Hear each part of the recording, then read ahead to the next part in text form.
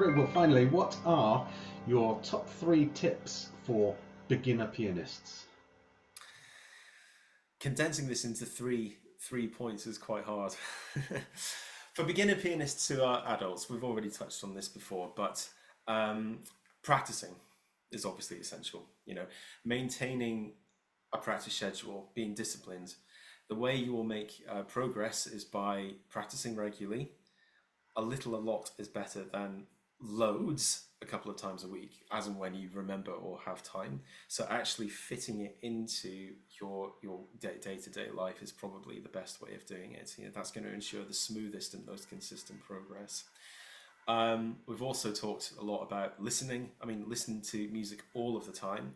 But I think when we listen to music today in our busy sort of consumerist culture, we tend to just have music on while we're doing something else.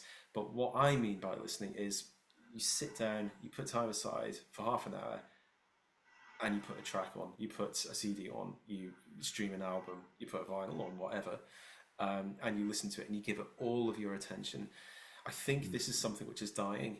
This is a skill actually, which is we are losing, is to sit down and just give the music all of your attention.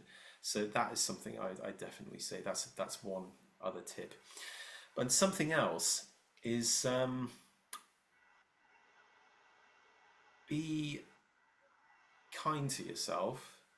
Um, Try and step back from. I mean, it helps obviously to touch in with a teacher once a month, as you were saying, Marcel, and to have a lesson. But find ways of getting objective feedback on how you're doing, so that you can constantly appraise yourself, so that you can constantly see how much you are progressing. Because chances are you will be progressing better than you think, and the reason for that is as you progress, as you improve your scale playing or whatever it is, you're moving with your progress, and so you don't realize how far you're getting.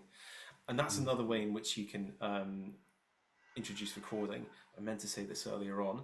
One way of getting used to the experience of recording is to record yourself constantly. Record your practice and listen back to how you sound. That's a fantastic way of teaching yourself.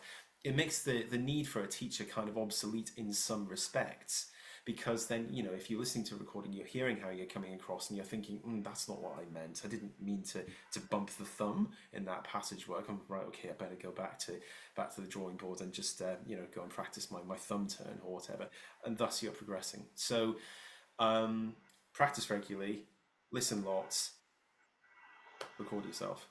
Those are three of many tips I could give, Very, and be very kind to important. yourself as well. Yeah. Yeah, thank you. Thank you very much for sharing your insights and expertise today.